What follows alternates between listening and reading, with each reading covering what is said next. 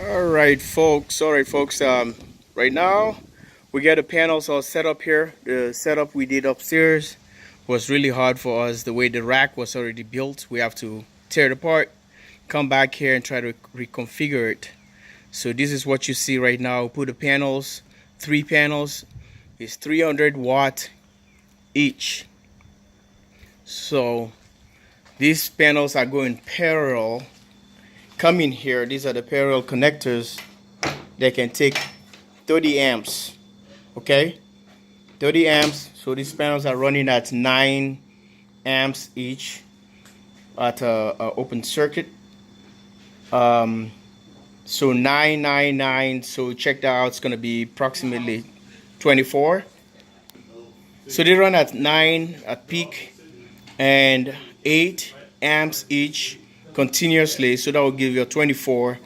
So this ones will give you 9 times 3. So that will give a 27 amps at if it peaks. So this handle can still this thing can still handle like 30 amps. So doing that, we end up putting up a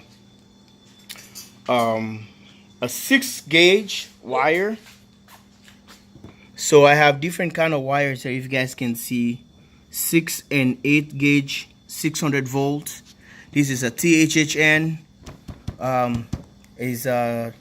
That's what the electricians or whatever they're rated for what they need for the houses or any electrical work.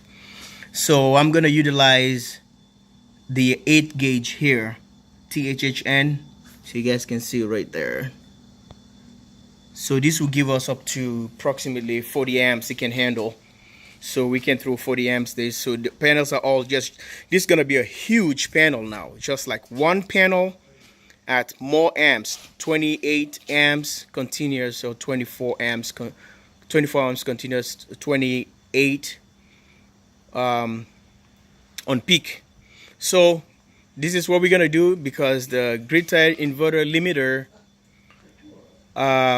takes more, because the one I'm gonna give you the specs on that one too, a low voltage and more amps.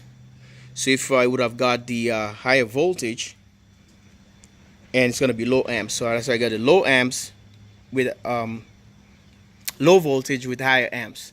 So this is what we have here. A lot of mess. But we're gonna take these guys up now to the roof. You guys can come along with us. Keith, you ready for this? Yeah, let's load this baby up. All right. All right, the spaceship is ready. Let's go. All right.